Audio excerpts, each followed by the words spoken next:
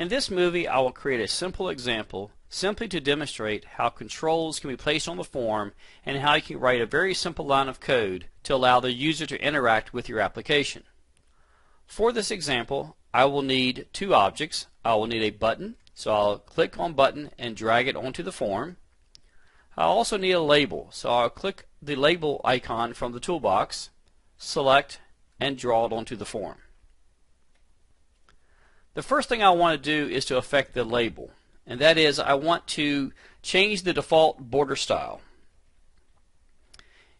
If you select label 1 and move over to the properties window, making sure you are operating on label 1, find in the properties list a property called border style.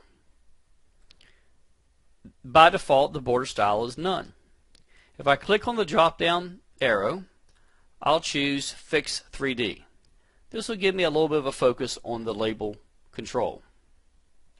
Now this is a very simple example, so all I need at this point is a line of code to allow the user to interact with the button.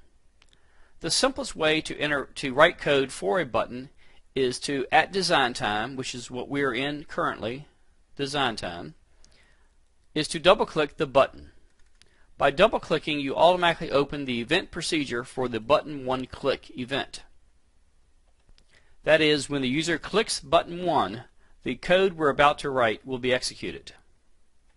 Since I know the name of the label is label 1, I will type label1.text equals, and then in quotation marks I will place a simple phrase such as, hello, how are you?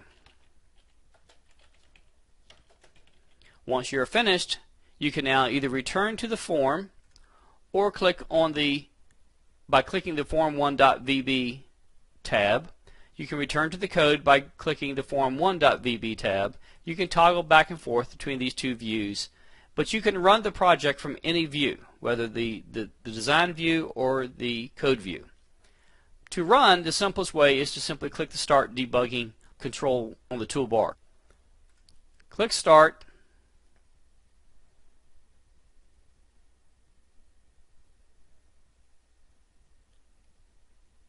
and the project begins to run. The form is movable, and you'll notice at the top of the screen it does say running, so we are in runtime mode at this point in time. When the user clicks on button 1, the phrase that we typed into our code, hello, how are you, does indeed appear. Now let's just make one quick alteration to this.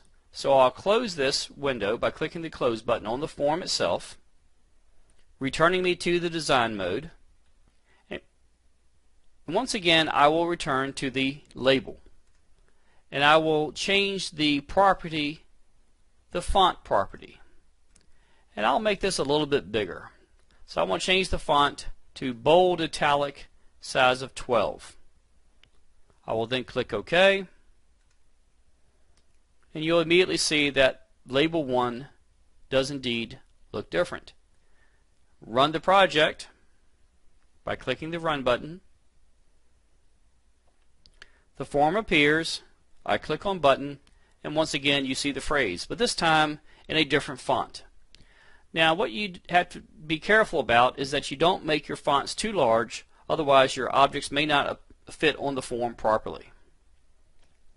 Now if this were a real project, we would then begin talking about how to save this and obviously make this a little more complex.